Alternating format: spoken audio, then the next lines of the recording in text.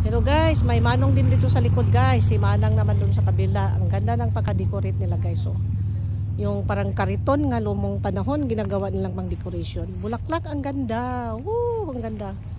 Ano kayang klaseng bulaklak ito guys?